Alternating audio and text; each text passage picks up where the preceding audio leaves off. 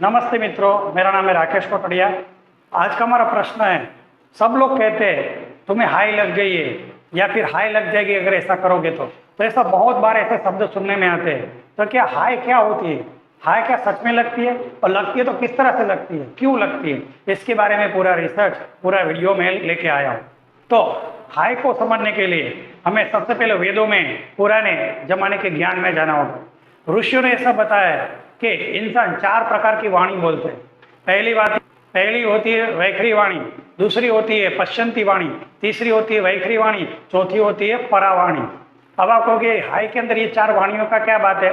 ये 4 वाणियों की वजह से ही ऋषि ऐसा बताते हैं कि हमें हाई लगती है। तो 4 वाणी किस प्रकार की?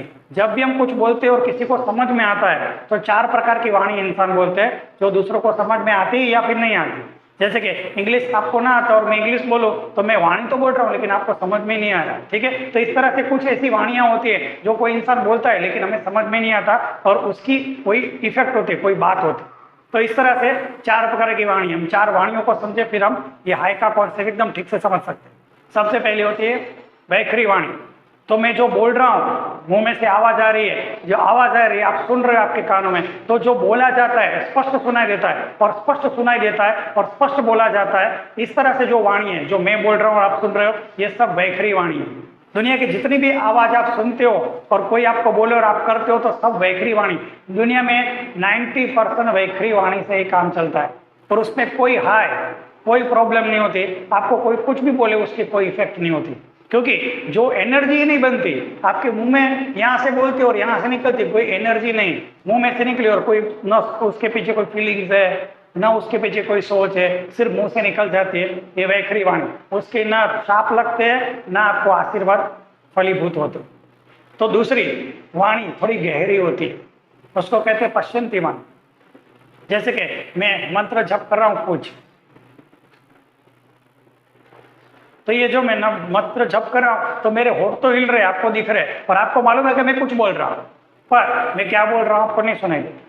तो मैं मन में बोल रहा हूं, होठ हिल रहे, दिखते कि इंसान बोल रहा है लेकिन क्या बोल रहा है इतना सूक्ष्म में बोलता है, तो वो वाणी गहरी हो जाती है, स्ट्रॉन्ग हो जाती है। उसको कहते हैं पश्चंती वाणी। इसके अंदर में ओम नमः शिवाय मंत्र जप रहा था, जैसे इस तरह, तो शायद आपको सुनाई दे या ना सुनाई दे। तो जो मैं बोल रहा हूँ आपको सुनाई देता है, लेकिन ये छोटा मंत्र धीरे धीरे मैंने बोला नहीं सुना, तो ये वाणी में थोड़ी एनर्जी होती, तो ये वाणी शक्तिशाली है। तो इस वाणी को हम पश्चंती वाणी कहते हैं। तीसरे प्रकार की वाणी थोड़ी हार्ट में से निकलती है, इसको कहते हैं मध्यमा वाणी। तो जो पश्चंती वाणी है जो यहाँ से निकलती है धीरे धीरे, उसमें कभी ऊर्जा होती है कभी ऊर्जा नहीं होती, उसमें ज्यादातर कुछ नहीं होता। धीरे धीरे बोलने से भी कोई ऐसा आपको कुछ बोल जाएगा तो चिंता मत करना, क्योंकि उसके अंदर भी कोई ऊर्जा नहीं है। तीसरी है मध्यमा। मध्यमा वाणी हार्ट के पास से निकलती है, तो इसको कहते हैं मध्यमा। इसके अंदर बहुत कम बोला जाता है, इंसान बहुत कम बोलता है, लेकिन जब भी बोलता है तो हार्ट में से निकलता है, तो ये वाणी और गहरी है। तो इंसान ज्यादा तो चुप रहता है, लेकिन कभी बोलता है सीधा आपके चोट होती है। देखना कुछ मौन रहने वाले लोग कभी नहीं बोलते, लेकिन जब बोलते हो इतना स्ट्रांगली बोलते हैं आपके माइंड, शरीर, विचार शक्ति के ऊपर सब में इफेक्ट कर डालते हैं, क्योंकि वो हार्ट में से निकली हो वाणी और आपके अंदर गहरी गई है। तो इसका प्रभाव है, दूसरों के ऊपर प्रभाव डाल सकती है ऐसी वाणी, लेकिन फिर भी श्राप और आशीर्वाद इसके भी फलीभूत नहीं होते। पर ये जब मौन रहती है तो वाणी शक्तिशाली हो जाती है, तो जब भी बात निकलती इतनी स्ट्रांग होती है कि दूसरे उसके हिसाब से करने लगते हैं, दूसरे उसकी बात का महत्व समझते हैं, दूसरे उनकी बात का ज्ञान को एक्सेप्ट करते हैं, क्योंकि मौन के द्वारा साधना की गई फिर बोला गया, ठीक है। और लास्ट होती है परावाणी।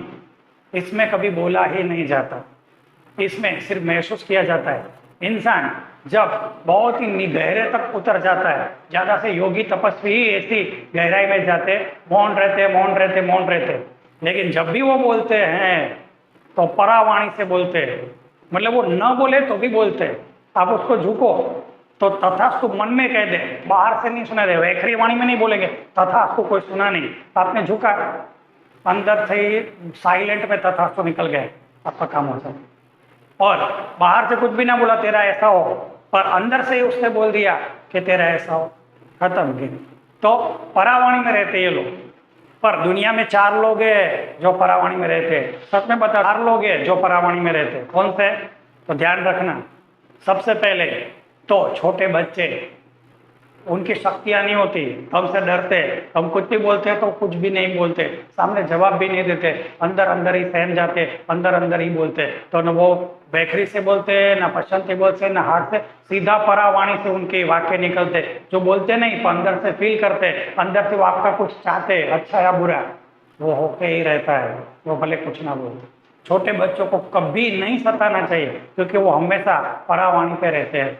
दूसरा होता है बूढ़े, बूढ़े अशक्त लोग, जो हम उसको परेशान करें, वो बेचारे हमारी शक्तियों के कारण कुछ नहीं बोल सकते, हमारा सामना भी नहीं कर सकते, अंदर अंदर घुटते रहते हैं, पर वो जब अंदर घुटते हैं तो परावाणी में चले जाते हैं। तो अगर इतने खुश हो जाए आपसे, तो आपसे अंदर से, बाहर से कुछ नहीं बोले, लेकिन अंदर से इतना भाव उमड़ेगा कि आपके जीवन में अच्छा अच्छा हो जाएगा। और अगर बूढ़े लोगों को परेशान किया तो अंदर से ऐसा भाव निकलेगा कि आपको तबाह होने से कोई नहीं रोक सकता। बूढ़े लोगों को, जो अशक्त बूढ़े, शक्तिशाली पैसे वाले पावरफुल बूढ़े की बात नहीं कर, जो अशक्त, जिसके पास शक्ति नहीं है बोलने की, काम करने की, ऐसे अशक्त बूढ़ों को कभी नहीं सताना चाहिए, क्योंकि वो परावाणी से ही अपनी आवाज निकालते, कुछ नहीं बोलते लेकिन अंदर से पावरफुल बोलते। उसको खुश करो तो अंदर से जबरदस्त दुआ मिलती है। तीसरा है मानसिक रूप से असंतुलित लोग। वो कौन है? वो मानसिक रूप से असंतुलित है, उसको नहीं मालूम मैं क्या कर रहा हूँ, कैसे कर रहा हूँ, तो आप उसको परेशान करते हो तो उसको मालूम नहीं मुझे क्यों परेशान किया जाता है, तो सीधा परावाणी से ही दुखी और खुश होते। और मानसिक असंतुलित लोगों को अगर परेशान करोगे तो अंदर से ही श्राप निकलते हैं, उनको खुद नहीं मालूम होता और हमें भी मालूम नहीं पड़ता, और अंदर से ही वो खुश हो जाते हैं आपके लिए, तो अंदर से ही उनका आशीर्वाद निकलते हैं, आपको भी नहीं मालूम, उसको खुद को नहीं मालूम। और चौथे, गरीब लोग, जो बेहद गरीब है, जिनको पैसों की जरूरत है, उनको ठीक से खाने नहीं मिलता, उनको ठीक से रहने नहीं मिलता, कपड़े फटे हुए, सच में सच के गरीब, जो सच के गरीब है, जो भीख मांगने वाले आए और ऐसे नहीं, सच में कोई नीडी इंसान है जिसको जरूरत है पैसों की, उनको आप पैसा छीन लो, उनसे प्रॉब्लम क्रिएट करो, उनको हैरान करो, गरीब को मजाक उड़ाओ, ये जब होते हैं तो वो विरोध नहीं कर पाते बेचारे, तो उनका हार्ट से भी नीचे परावाणी में चला जाता है, तो आपका विरोध नहीं कर पाते, तो अंदर से ही आपका बुरा सोचते हैं, अंदर से फीलिंग के साथ बुरा सोचते हैं, तो आपका बुरा हो जाएगा भविष्य में। पर अंदर से आप गरीब का कुछ अच्छा करो तो बाहर से कुछ ना बोले कि आपका भला हो, लेकिन अंदर से इतने खुश होकर बोलते हैं तो आपका अच्छा होके ही रहता है। तो कहने का मतलब अंदर से फीलिंग से इतना बोलते हैं कि आपका अच्छा होके ही रहता है, वो बाहर से भले ना बोले तो अंदर से अच्छा होता है। तो 5 लोग हुए, एक तो योगी तपस्वी, उनकी तो बात ही छोड़ दो, हम कभी योगी तपस्वियों के पास जंगल में पहाड़ों में जाते नहीं, पर दुनिया में 4 लोग हैं, छोटे बच्चे, अशक्त बूढ़े, मानसिक रूप से असंतुलित लोग और गरीब लोग। इनको अगर परेशान किया, बाहर जवाब दे तो ठीक है, लेकिन अंदर सहम जाए, कुछ भी प्रतिकार न कर पाए, तो वो सीधा परा लेवल पे चले जाते हैं। बूढ़े, बच्चे, गरीब और मानसिक रूप से असंतुलित तुरंत परा लेवल पे पहुंच जाते हैं ऐसे लोग हैं, और तुरंत अंदर से कुछ फील करते हैं, वो सीधा वाणी के स्वरूप में बाहर आता है, अदृश्य वाणी के रूप में वो बोलते हैं, फीलिंग के साथ बोलते हैं, तो बहुत परेशानी आती है। तो मेहरबानी करके ये 4 लोगों से आपको हमेशा अच्छा बिहेव करना चाहिए, ताकि उनकी दुआएं मिले, उनके श्राप न मिले। और सदगुरु और तपस्वियों के पास तुम जाते नहीं, सवाल ही नहीं, अगर सदगुरु तपस्वी आपका तथास्तु न भी बोले, आप झुके और आपको ब्लेसिंग्स दे देंगे अंदर से, आपको मालूम भी नहीं पड़ता, तो ऐसे तो हम जाते नहीं कभी भी।